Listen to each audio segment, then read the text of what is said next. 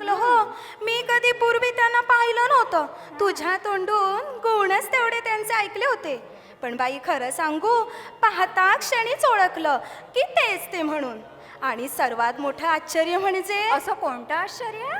त्यांनी देखील मला ओळखलं. काय ओळखलं का काय ओळखला?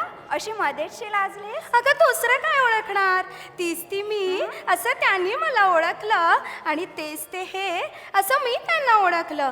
अगदी पहिल्या नजरेतच आम्ही एकमेकांना ओळखलं. मामा